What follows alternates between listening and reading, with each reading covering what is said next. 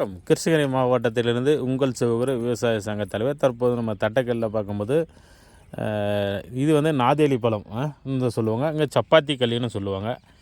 இது வந்து பார்க்கும்போது வறட்சியான பகுதியில் காணப்படும்.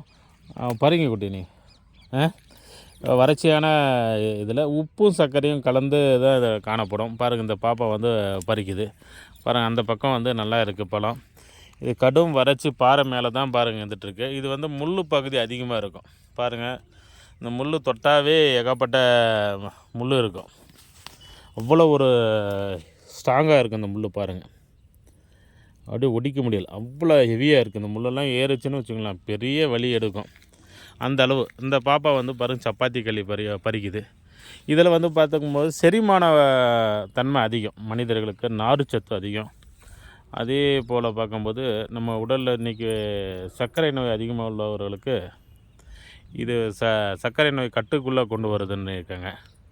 இந்த புளிப்பும் தன்மையும் லைட்டாக இது புளிப்பு தன்மை தான் அதிகமாக இருக்குன்றாங்க. சாப்பிட்றதுக்கு அவ்வளோ ஒரு அருமையாக இருக்குன்னு இருக்காங்க. அந்த பழத்தையே தான் தற்போது நீங்கள் பார்த்துட்ருக்கீங்க.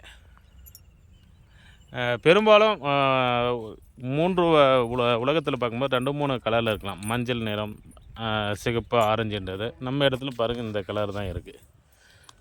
இப்போ நீங்கள் பார்த்துட்டு இருக்குது சப்பாத்தி களி.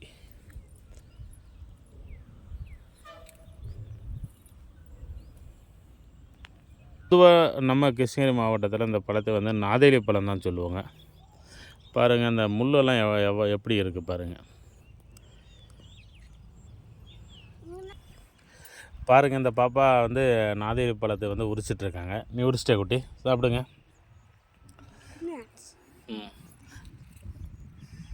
பாருங்கள், அவ்வளோதான். ஆனால் இதில் வந்து பார்க்கும்போது உரிக்கும்போது ரொம்ப கேர்ஃபுல்லாக உரிக்கணும். ரொம்ப சிறு முள்ளாக இருக்கும். இது ஏறிச்சுன்னு வச்சுக்க கண்ணுக்கு தெரியாமல் இருக்கும். இது எப்படி இருக்கக்கூடிய டேஸ்ட்டு?